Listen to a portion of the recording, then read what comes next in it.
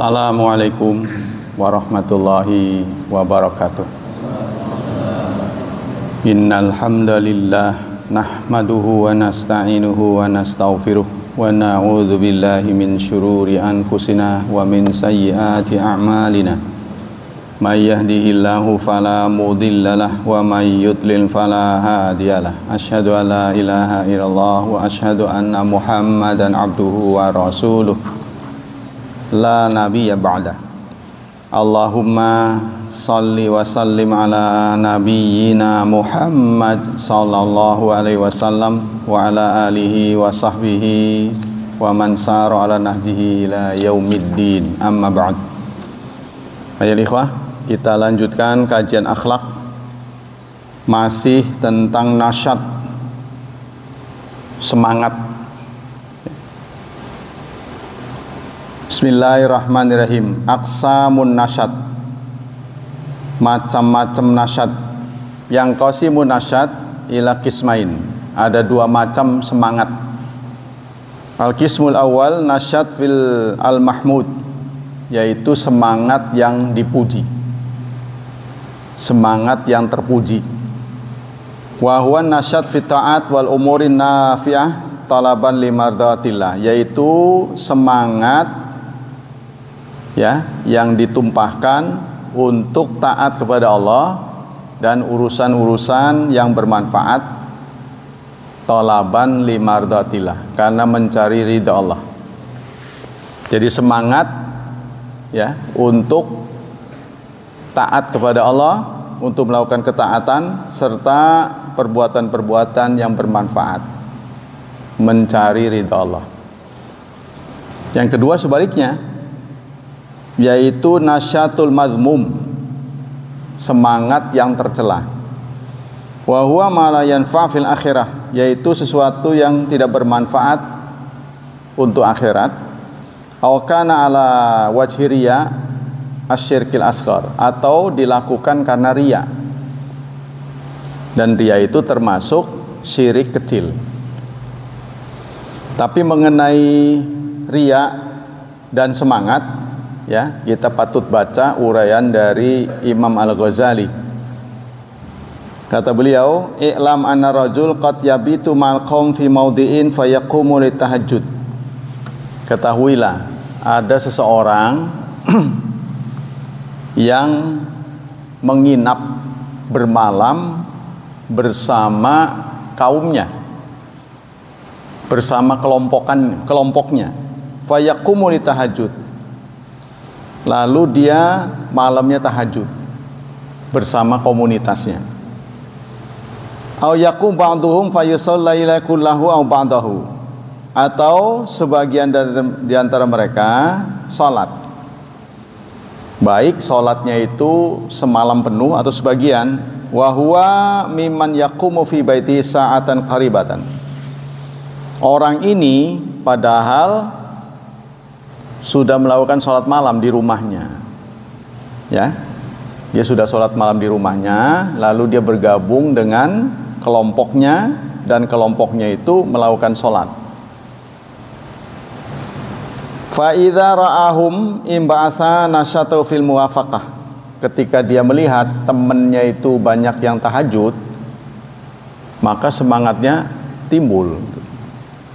Melihat temannya begitu, hatta yazida ala makana fi ya'tadahu, lalu dia ikut nambah, padahal dia tadi udah sholat. Ma'anau kana la ya'tadasal bilail aslan, padahal boleh jadi orang ini adalah orang yang nggak biasa sholat malam, tapi ketika dia bergabung dengan teman-temannya ini teman yang saleh, malamnya itu teman-temannya melakukan sholat malam. Nah, dia ikut, karena melihat temannya. Wa kadzalika qad yaqau fi maudin yasumu fi ahlul maudhi. Begitupun dia ada dalam kondisi puasa, Fayam ba'tsu lahu nasyatun fi saum. Jadi kaumnya pada puasa, dia nggak terbiasa puasa. Jadi ada orang yang nggak biasa taat, lalu gabung dengan orang yang taat. teman-temannya saleh, maka dia ikut. Ya, ikut semangat. Laulahum lama imbathah hadzal nasyad, kalau tidak ada kelompoknya, niscaya semangatnya nggak tumbuh. Ya, jadi dia semangatnya timbul itu karena teman. Fa hadza rubama yuzanu an-nauriya. Ada orang yang mengatakan sikap seperti ini riya. Ya, sebab dia giat karena temannya giat. Dia sholat karena temannya sholat. Dia puasa karena temannya puasa. Ada yang mengatakan ini riya. Wa anal wajib tarful muwafaqah, dan wajibnya, kewajibannya jangan ikut-ikutan. Sebagian orang mengatakan begitu. Walaisa kadzalika alal itrak, padahal tidak.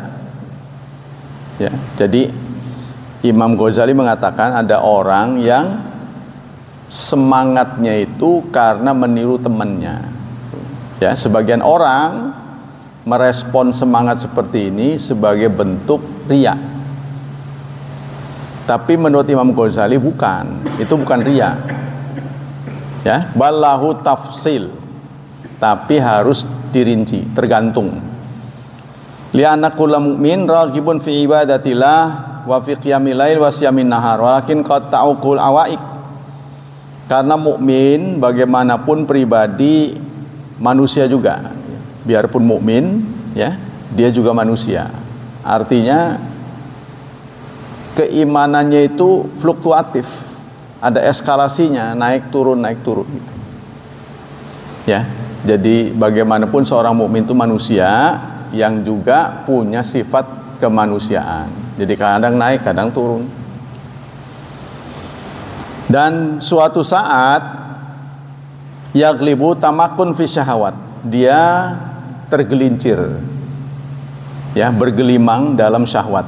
Autas tahihi ghaflah, atau didominasi oleh kelalaian.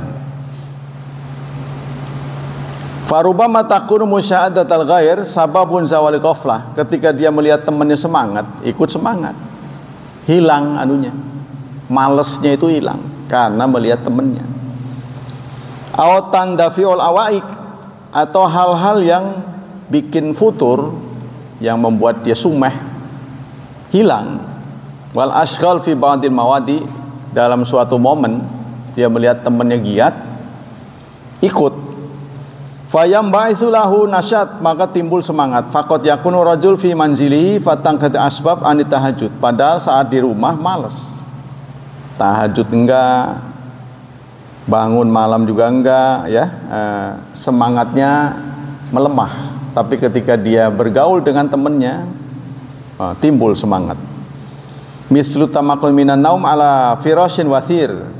Di rumah dia malah, ya, menghabiskan malamnya dengan tidur.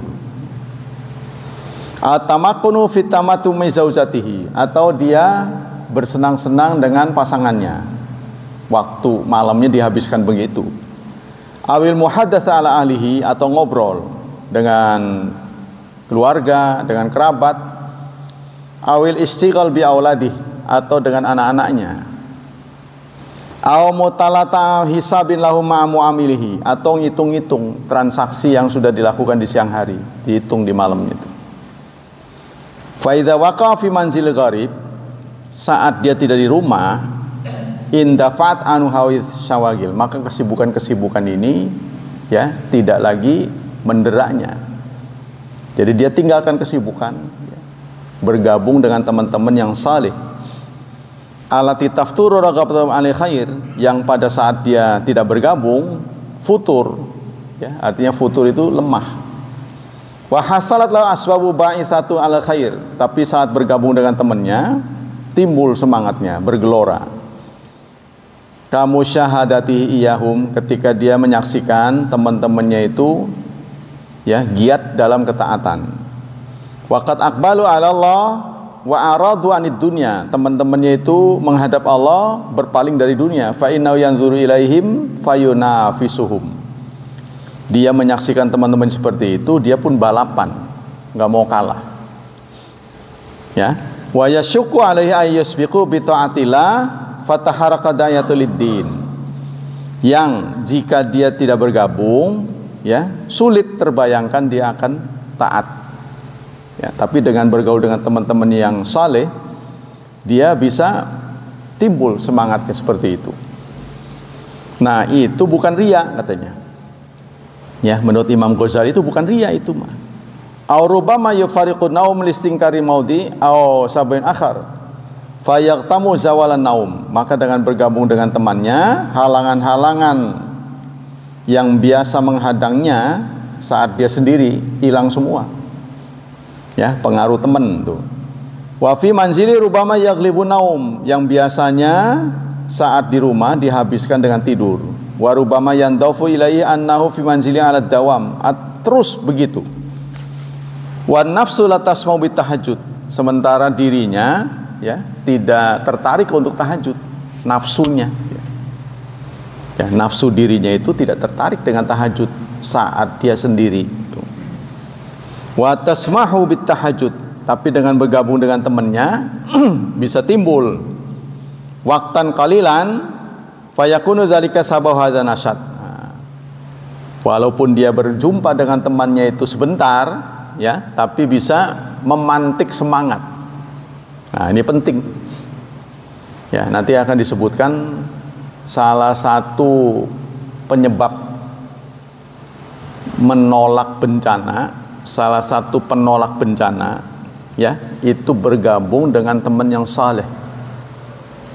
Ada 3 katanya yang bisa menolak bencana. 1, iman kepada Allah. Ya, iman kepada Allah itu bisa membalikan buruk sangka menjadi baik sangka terhadap takdir.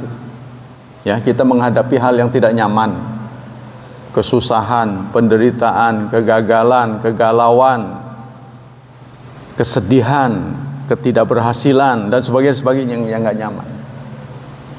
Nah, ini kalau dibentengi dengan iman, dia akan meyakini apa yang terjadi itu adalah qadarullah, sudah takdir Allah. Ya, tidak ada takdir yang buruk. Jadi buruk secara mutlak 100% itu tidak ada. Yang ada adalah penglihatan saja. Ya, fata morgana, kelihatannya buruk tapi di dalamnya ada nilai. Jadi meskipun orang tertimpa musibah secara lahiriah itu nyesek, ya, nyesek ya, mungkin kematian, mungkin rugi, mungkin gagal dan sebagainya. Tapi di balik itu semua, kalau dia menghadapinya dengan keimanan, dapat pahala. Ya, yang nggak beda dengan kita nyuruh anak giat belajar, menghentikan main-main, kan bagi dia itu nyesek. Ini dilarang, itu dilarang, kan? Ini nggak boleh, itu dilarang. Tapi setelah dia dewasa, maka dia akan merespon apa yang dilakukan oleh orang tuanya itu adalah baik. Nah, sama dengan kita dengan Allah. Kadang-kadang kita meresponnya nyesek, nggak enak. Ya, sebab dibalik hal yang tidak nyaman itu adalah ujian. Hidup itu ujian, hidup itu titipan. Jadi menurut ajaran Islam, hidup itu dua dimensi. Di satu sisi dia adalah titipan, kapanpun Allah menghendaki mengambil titipan itu, maka kita tidak bisa nolak. Yang kedua, hidup itu ujian. Wa nablukum bisyarri wal khairi fitnah, dan kami uji kamu dengan kebaikan dan keburukan sebagai fitnah. Nah, itu ya. Jadi dia akan tertolak dari malapetaka, dari petaka itu 3 hal. 1, keimanan. Yang kedua, ad-du'a wa zikri, doa dan zikir. Ingat kepada Allah, ya. Sebab dengan ingat, dengan kita ngaji, salah satunya akan terbuka kesadaran. Apa yang kita alami ini adalah sudah keharusan. Jadi nggak ada orang yang hidupnya mulus semua, nggak ada. Maka kata-kata bahagia itu sendiri dalam bentuk fiil, fa ammal ladzina su'idu fa fil jannati khalidun, hanya disebut sekali. su'idu, orang yang dibahagiakan, maka dia ada di surga. Jadi kebahagiaan yang hakiki itu tidak ada di dunia ini. Ya, sebab selalu ketika kita menghadapi yang nyaman, nanti setelah itu ada selesainya. Istilahnya kayak naik turun bukit itu. Ketika kita naik, nanti ada turunnya. Selalu begitu. Tidak ada yang kekal. Susah terus, senang terus, itu nggak ada. Susah, senang, suka, duka, suka, begitu terus. Ketika kita suka, kita bersyukur. Ketika kita berduka, kita bersabar. Ya, naik ataupun turun tetap memperoleh nilai. Itu yang kedua, yang bisa mencegah kita dari petaka. Satu, iman kepada Allah. Yang kedua, zikir dan doa. Yang ketiga, temenan sama orang soleh.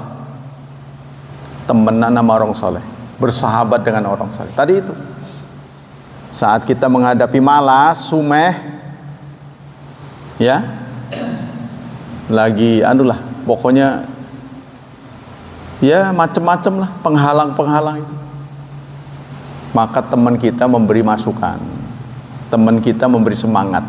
Nah inilah muncul lagi. Nah itu kita terhindar dari petaka. Karena sesungguhnya petaka yang paling besar itu adalah kita menyia-nyiakan waktu. Sehingga Allah bersumpah wal asri, demi waktu. Kita ini terikat oleh kuota waktu, yaitu umur. Banyak orang yang menyia-nyiakan, nggak dapat nilai gitu loh. Waktunya terbuang tapi nol. Malah ada yang lebih parah, min. Yang dikehendaki adalah waktu yang Allah berikan tuh hidup, ya, kita jalani dengan efektif, selalu dapat nilai, walaupun sedikit, paling tidak nol, minimal, jangan sampai min. Ya, itu keinginan Allah Subhanahu wa taala. Kita diajar oleh Allah dengan puasa, tujuannya kan 3. Pertama, takwa. Takwa itu adalah kesadaran yang mendalam akan hadirnya Allah dalam kehidupan kita. Tapi ya itu, Anda tahu sendiri, di berbagai kegiatan banyak orang yang lupa. Saya sudah berkali-kali ngomong, jangankan rakyat, pemimpin aja, masalah apa saja, kita sudah menetapkan sebagai bangsa yang berketuhanan yang Maha Esa. Yang kedua, kemanusiaan. Yang dibahas itu manusia mulu. Menghadapi COVID, jarang ingat Allah. Marilah kita sebagai bangsa yang berketuhanan, kita ingat kepada Tuhan, pencipta virus, pencipta penyakit. Yang dipikirin obatnya saja. Obatnya sama dokter, obat dokter gizi, nutrisi, nggak ingat. Ya, ada kejadian begini. Kena COVID mah enggak, cuma mati. Enggak kena COVID tapi mati. Ya, angguran kena COVID tapi hidup. Ya kan? Nyawa kan di tangan Allah. Allah tidak berkenan mencabut, ya hidup dia. Tapi kalau Allah berkenan mencabut, COVID tetap aja diambil. Nah, sebab hidup itu adalah kesempatan. Sepanjang kita diberi kesempatan, maka kita mungkin bisa panen, bisa bertani, ya, diberi sawah. Nah, itu hidup. Bisa bertobat, bisa berbuat taat, bisa panen. Tapi kalau sudah mati, inqata'a, putus, sudah off. Nah, itu yang kedua. 3 ya. 1, iman kepada Allah, zikir dan doa, serta bersahabat dengan orang baik. Itu yang bisa menangkal petaka. Kita lanjutkan. Wa kadzalika qad yahdhurul insan yaumal jumu'ah fil jami' ma nasyati salah ma la yahdhuru kulla yaum. Ini tidak beda dengan kita sholat Jumat. Sholat Jumat kan ngumpul, ya, yang tidak biasanya ngumpul. Sholat sehari-hari kan nggak seramai Jumat. Apa yang kita rasakan ketika satu tempat dihadiri banyak orang? Tambah semangat. tambah semangat. Ya, kalau makin hari makin kurang semangatnya. Nah, itu menurut Imam Ghazali bukan riya. Itu semangat yang positif. Ya memang begitu, ya. Makanya kita disunahkan berjemaah supaya semangatnya jangan kendor. Wa yumkin ayyakun nasyatu bisabai nasyatihim wa zawalu ghaflati bisabai iqbalihim ala Allah Ta'ala. Dalam hadis yang panjang yang menceritakan tentang pentingnya persahabatan, Allah disebutkan dalam sebuah hadis menciptakan tim malaikat yang tugasnya patroli mencari komunitas zikir. Apabila mereka menemukan, mereka akan manggil teman-temannya, suruh berhenti dan berkerumun, ya, mengerumuni orang yang berzikir. Lalu Allah bertanya, siapa mereka? Ini hambamu ya Allah. Ngapain? Zikir dan berdoa. Apa doa mereka? Minta surga. Permintaannya apa? Surga. Emang mereka udah tahu surga? Belum. Gimana kalau diberitahukan, di audio visualkan surga? Waduh, tambah semangat ya. Terus mereka minta perlindunganku dari apa? Dari api neraka. Emang mereka tahu api neraka itu tahu? Belum tahu, kata malaikat. Bagaimana kalau tahu? Oh, makin ini dia minta perlindungan. Terus ya sudah, kalau itu permintaan mereka, aku berjanji akan memasukkan mereka ke surga. Masukkan semua ke surga. Tapi kata malaikat, tunggu dulu ya Allah, tunggu dulu. Jangan semua masuk surga.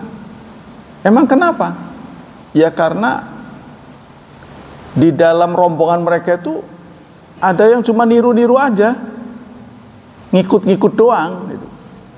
Maksudnya ya sebenarnya itu bukan keinginan hatinya, cuma karena temannya begitu dia ngikut.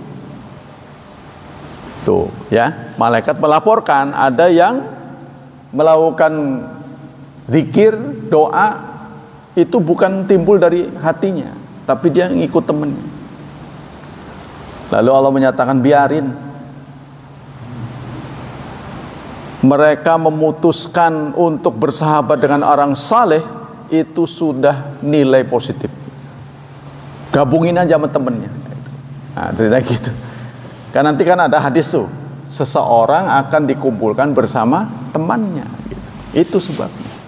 Itu hadis panjang. Udah biarin aja, udah gabungin aja. Saya tahu, aku tahu dia tidak ikhlas, tapi dia memilih bersahabat dengan orang baik, itu keputusan yang baik, katanya. Ya, aku tahu dia nggak ikhlas, bukan timbul dari hati, tapi dia memilih orang saleh, itu keputusan yang tepat. Tuh, jadi akhirnya digabungin. Jadi bergabung dengan orang saleh itu nanti akan saleh akhirnya. Bergabung dengan orang jahat akan menjadi penjahat akhirnya. Kita kembali ke sini. Wa yuqarinuhu nuzu'un nafsi ila hubil hamdi fa mahma alima anal ghalib ala qalbi iradatuddin. Maka jika Anda merasa pribadi Anda tipe orang yang suka niru, kalau amat teman megiat, kalau sendiri emang enggak, udah gabung aja sering-sering gitu. Kan yang tahu pribadi Anda kan Anda sendiri. Heran saya kalau sendiri kok males. Ya udah gabung gitu. Ya, tipe orang kan beda-beda. Pahamilah diri Anda sendiri untuk keselamatan diri Anda. Sebab banyak keputusan nasib kita diserahkan pada kita. Contohnya itikaf. Apa sanksi itikaf kalau dilanggar? Nggak ada. Ya, sejahat-jahatnya orang itikaf, niat 10 hari, baru 5 menit keluar, nggak jadi. Ada sanksinya? Nggak ada. Tapi Anda sendiri yang menghukum. Anda sendiri akan berkata pada diri Anda, alah, ngomong doang. Pengen 10 hari, 5 menit udah nggak tahan. Kita ngomong pada diri kita. Gitu. Ya, bukan orang lain yang menegur Anda, Anda sendiri. Jadi Anda yang memutuskan, Anda yang menjalankan, Anda yang menyangsi. Itikaf tuh. Jadi ujung-ujungnya melatih kejujuran.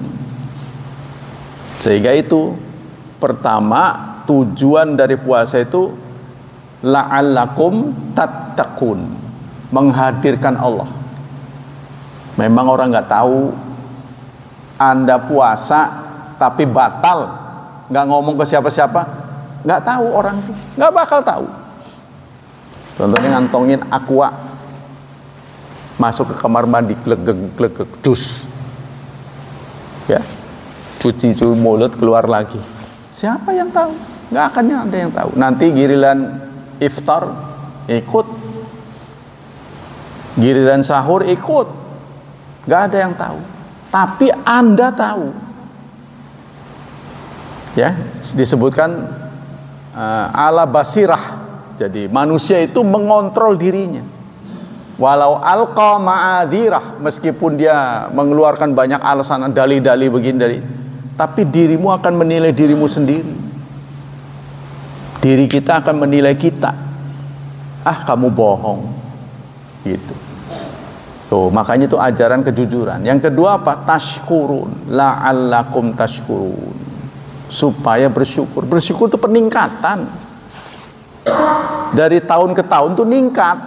Ningkat apanya? Ya yang positif. Yang positif yang bagaimana? Ya terserah wawasan Anda. Yang menilai positif kan Anda sendiri.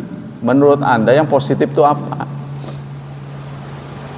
Tambah giat, tambah kaya. Apa yang ningkat tuh apa dari tahun ke tahun? Ini kok nggak ningkat-ningkat malah mundur. Nah, itu berarti belum bersyukur. Karena itu la in syakartum la azidannakum. Tanda dari syukur itu ningkat. Ya, jadi Allah ingin minta kepada kita itu eskalasi nih. Kualitasnya meningkat, tashkurun. Yang ketiga, kita periksa itu surat Al-Baqarah 183 sampai 188. La'allahum yarsyudun. Kalau pribadi-pribadi takwa, bersyukur ini cukup dominan, maka akan terbentuk masyarakat yarsyudun. Yarsyudun itu adanya berkarakter. Karena udah terbiasa takwa, syukur, jumlahnya banyak. Ya, lama-lama ini akan menjadi kebiasaan. Terus kebiasaan akan membentuk karakter, kultur, budaya menjadi karakter. Ya, contohlah kalau kita ini RW 6, RW 4, BPI, taatnya luar biasa, tuh kan?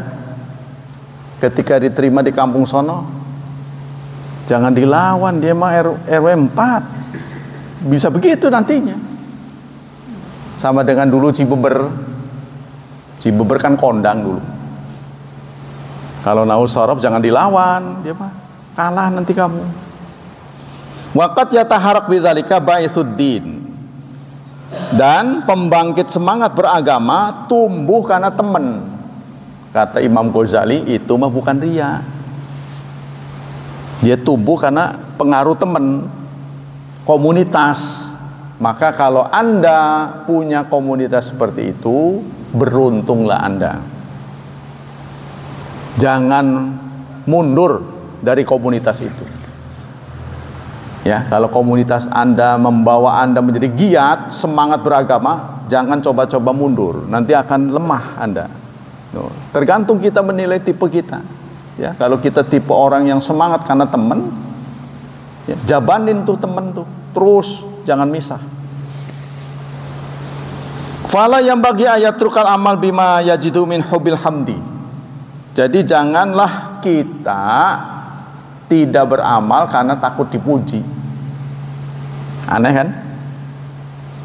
Jadi takut ria adalah ria. Tuh, ada ungkapan begini, takut ria karena ria. Takut ria adalah ria. Ya, contohnya Anda sholat berjemaah, tuh. Bawaannya kepengen di alam terus. Kita sholat berjemaah, bawaannya pengen di alam terus. Contohnya, maka kita memutuskan, udahlah saya nggak berangkat lah, di rumah aja, biar ikhlas. Nah itu justru ria, begitu tuh ria. Cara menghilangkan ria adalah meningkatkan frekuensi. Kita nyumbang karena nyumbang, waduh pengen, kok nggak ada yang lihat ya. Pas lagi ngelihat, keluntrang gitu kan contohnya. Titip sebut nama saya ke pembawa acara. Sebut saya tadi nyumbang sekian, ngomong, diumumkan, Fulan bin Fulan. Bawaannya begitu terus kalau nyumbang itu. Udah ngaji sadar, waduh begitu tuh ria. Udahlah saya nggak mau nyumbang lah, takut ria. Itu justru ria, begitu. Ya kan susah dimengerti kan?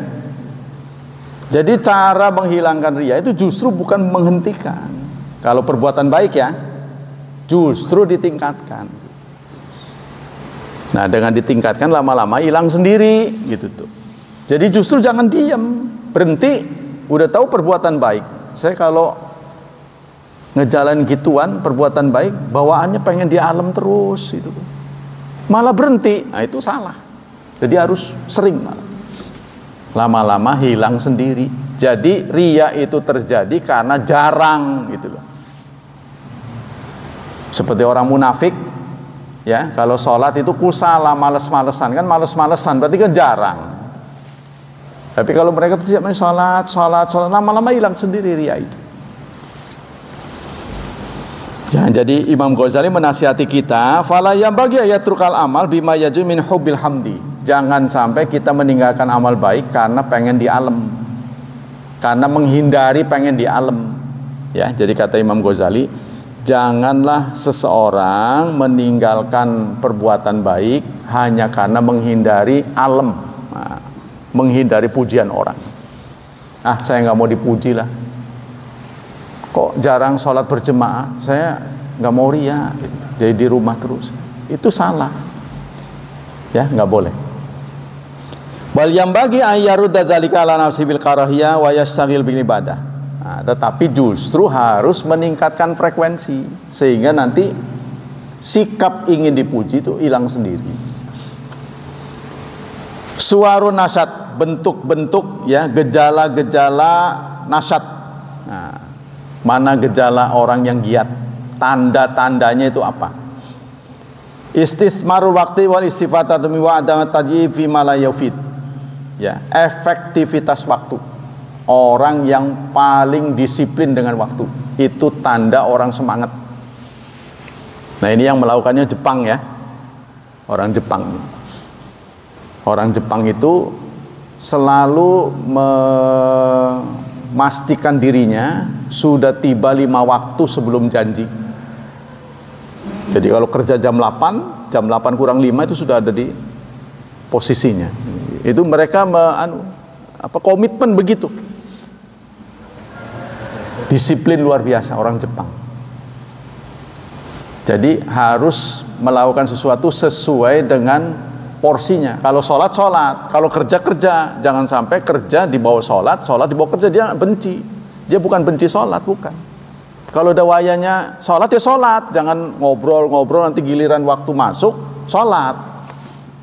Dia nggak suka begitu. Jepang begitu. Ya pasti ada aja lah yang beda ya, tapi komitmen mereka begitu. Jadi pernah diteliti kenapa Jepang bangsa yang harapan hidupnya tinggi. Kenapa? Orang Indonesia 60-70, dia sampai 70 ke atas. Kenapa? Maka diteliti oleh suatu akademisi ya, di negara-negara yang harapan hidupnya panjang. Kesimpulannya adalah ajaran Islam. Yang ada dalam ajaran Islam, artinya hidup itu jangan terlalu berburuk sangka.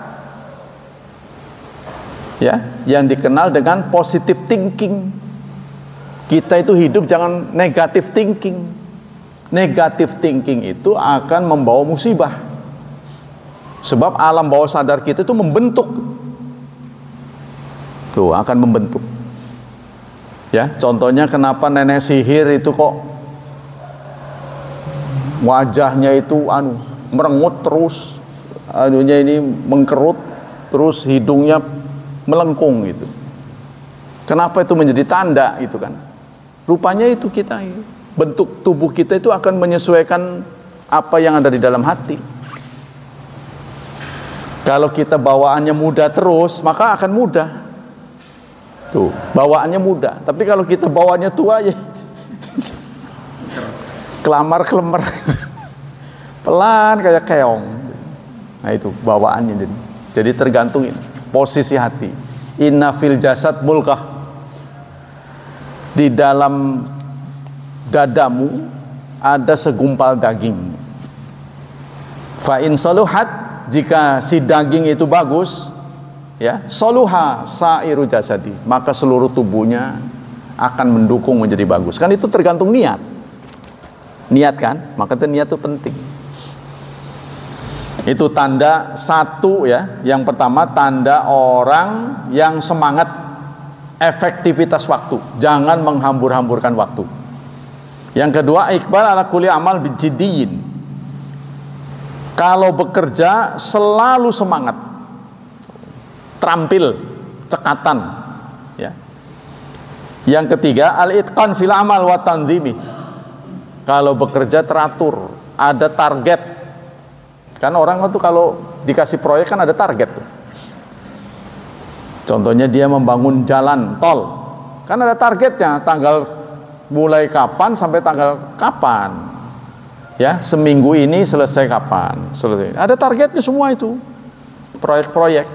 Makanya dikasih DP 20%, nanti turun lagi 50%, tanggal berapa? Kalau dilihat sudah selesai, nah, sudah memenuhi syarat, baru turun lagi.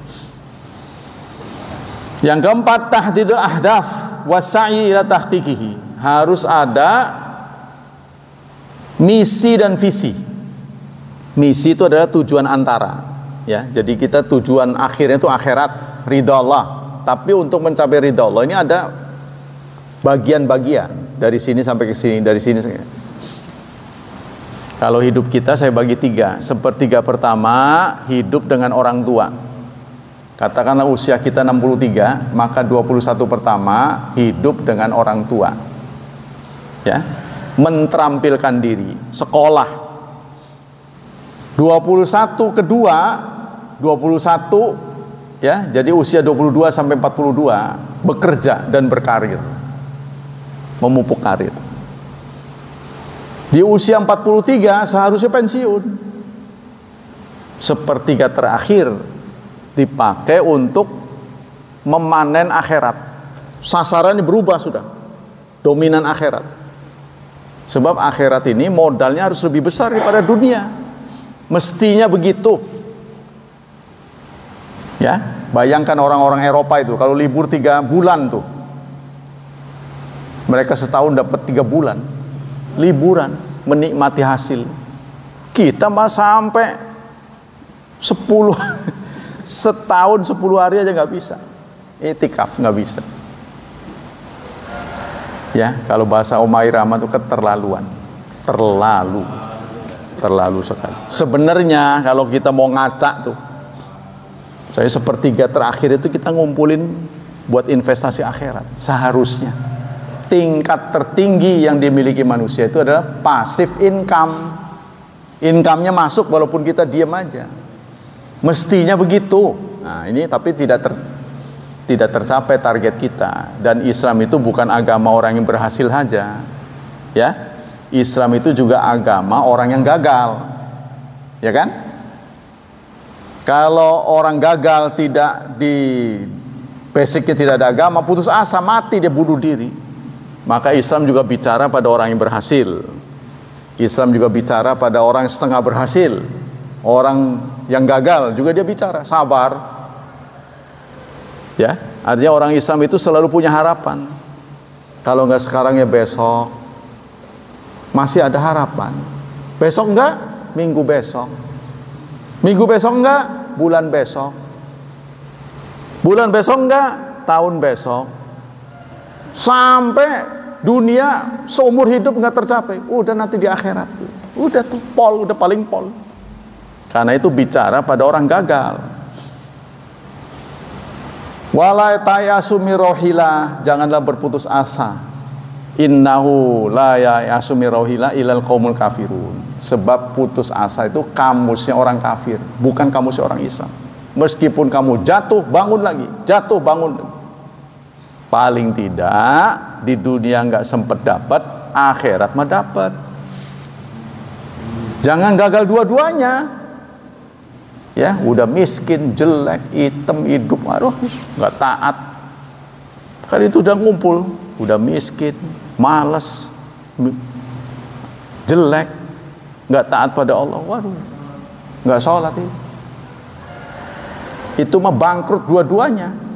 Bangkrut dunia, akhirat jangan sampai bangkrut. Mestinya begitu, mestinya. Tapi setidak-tidaknya di dunia mah sudah ada titik-titik terangnya gitu loh. Ya. Di dunia sudah ada titik-titik terangnya. Masa sih gagal terus sih? Nggak karu-karuan. Gagal terus, ini ada apa? Itu kan kita harus mengevaluasi. Ada apa dengan kita? Itu kan? Nah, jadi harus ada titik terangnya. Nah, selanjutnya terserah Anda mau fokus kemana. Kalau ibarat jalan tol itu kadang-kadang hanya kacok sedikit, nasibnya sudah berbeda. Contohnya kita dari Cilegon, ya, ketika masuk tol gate itu, Merak, Jakarta, kan kacoknya sedikit tuh, cuma begini doang, ya kan?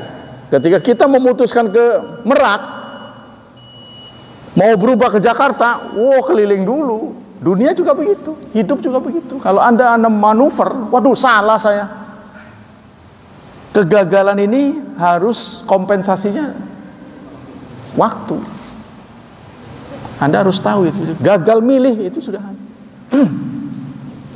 Maka penting adanya arahan, loh, arahan. Mau kemana nih anak-anak kita ini? Ketika dia tamat, dunia membutuhkan dia. Kira-kira apa? Komposisinya harus beda-beda, jangan semuanya numpuk di situ. Dokter semualah, tentaranya nggak ada. Ibaratnya kesebelasan, ada yang di sono, ada di sono. Mau yang mana? Ini harus ada pengarahan, jangan ngikut temen. Wah, temen saya ke sono, saya ngikut. Jangan. Kalau bisa punya keahlian yang jarang dimiliki orang lain, tapi pada saat itu dibutuhkan oleh dunia. Ya kan?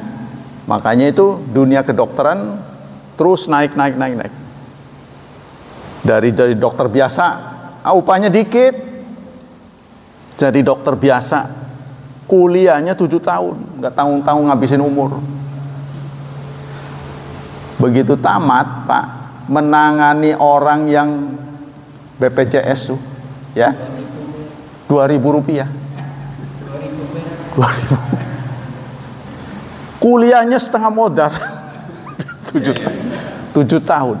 Maka mereka kemudian mengejar dokter spesialis, nambah 5 tahun tuh. Ngabisin umur itu. Udah berapa kali S1 itu. Ya, itu yang membuat orang blenger tuh masuk ke situ. Makanya jangan maido kalau dokter spesialis kelihatan nggak ada modalnya. Pasien datang, maaf, center. Berapa? 300. Aja kan nulis doang 300. Ilmunya itu loh, nggak belajar. Ngabisin modal berpuluh-puluh tahun. Ya kan? Ilmunya itu. Orang untuk sekolah spesialis itu dari yang ngelamar itu lebih dari 100, yang diterima paling di bawah 10. Di bawah 10. Itu pun terikat perjanjian, tidak boleh punya anak selama kuliah.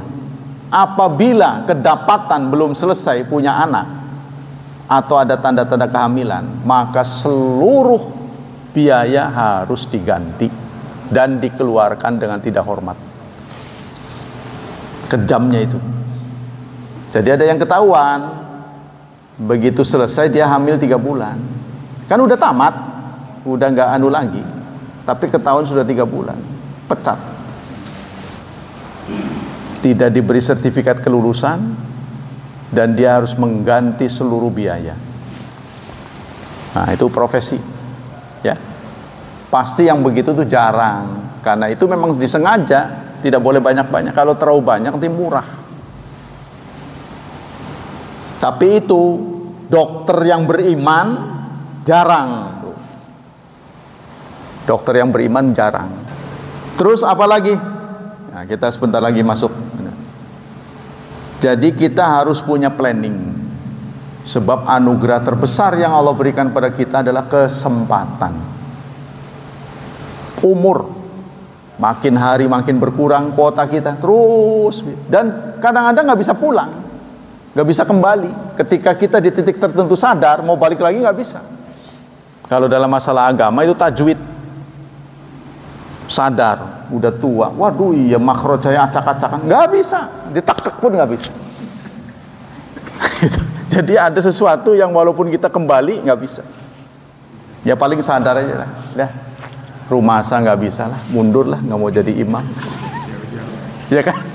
Daripada dia pede, waduh orang sampai begini, bukannya begini, waduh, aduh. Udah tahu nggak bisa, maju pula. Jadi orang yang nyadar diri. Jadi kalau orang disuruh maju, ya dia nyadar diri. Kenapa nggak ke depan? Berarti dia sadar, nggak usah dipaksa. Kalau ngomong mah bisa begini. Nah begitu juga kayaknya, tapi kalau nahu saraf itu masih bisa diburu, walaupun sudah telat masih bisa diburu. Karena tercatat ada karyawan KS di usia senja, dia belajar lalu dia mahir kalau punya kemauan, tapi tajwid nggak bisa pulang, karena ini soal pita suara, pita suaranya udah fals. Jadi bawaannya walaupun dia coba merdu-merdu, ngegeleong aja gitu bawaan. Didengarnya itu aduh, kuping jadi sakit. Ya itulah kemampuan orang, kalau tidak bisa kembali ya nggak bisa dipaksain. Kalau saya melihat ya dari sisi agama itu tajwid yang nggak bisa kembali karena faktor umur. Karena itu orang-orang yang masuk Islam di usia senja susah mau fasih itu susah. Yang selanjutnya, Iqbal ala fi'li ta'at yaji bijiddin wa nasyad. Selalu ya mengerjakan kegiatan-kegiatan keagamaan itu dengan semangat dan kesungguh-sungguhan. Jangan bercanda ya. Allah menyatakan menyindir sikap orang munafik di surat 9 ayat 54. Wala ya'tunas salah illa wahum kusala. Mereka tidak menjalani salat melainkan malas-malesan.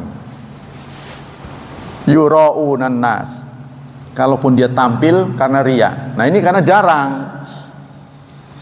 Yang bagi lil abdi ala ya'tasal ila wa nasyitul badan wal qalbi ilaiha. Karena itu menurut Syekh Sa'di ya, seyogyanya seseorang mendatangi salat dalam keadaan semangat badan.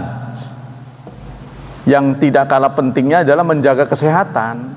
Anda boleh punya rencana 1000 rencana, tapi kalau nggak sehat ya, maka yang paling penting dalam puasa itu jaga kesehatan menurut saya. Jadi jangan memaksakan diri. Kalau udah tahu tipe orang yang nggak kuat, udah batasin aja kemampuan Anda. Jangan dipaksa untuk diforsir, jatuh sakit ya. Hari pertama, 10 hari pertama udahlah habis lah, semalam nggak tidur, tapi di hari ke-11 jatuh, dirawat di rumah sakit. Buat apa?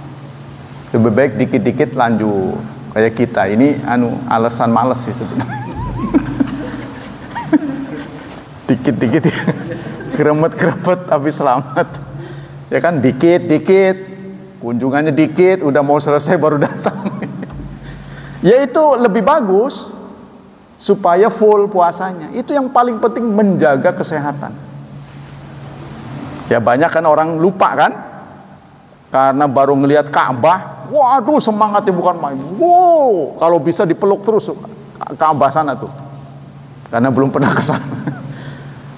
Di hari keberapa dia jatuh sakit, begitu mau acara haji malah sakit. Nah ini kan ya salah perbuatan begini. Jadi kita harus menjaga ini, kesehatan kita prima, supaya nanti menjalankan haji seminggu lah. Seminggu itu yang disebut armina itu dalam keadaan bugar, ya. Nah itu harusnya fit, jaga kesehatan, jangan sok-sokan itu minum itu. Di sana kan kebanyakan banyak jus, itu takdir dari Allah itu, ya jus. Memang kita boleh nggak enak makan aromanya, tapi kan namanya buah kan sama, malah enak di sana ya kan, bagus-bagus gitu. Jadi kayaknya nggak ada airnya, saya nggak tahu di Indonesia kayak belum ada ya. Jadi di sana tuh buahnya gelondongan, terus pelanggannya datang nunjuk aja tuh di kotak mana itu, diambil sama dia, keluar jadi jus. Kayaknya nggak ditambahin air gitu.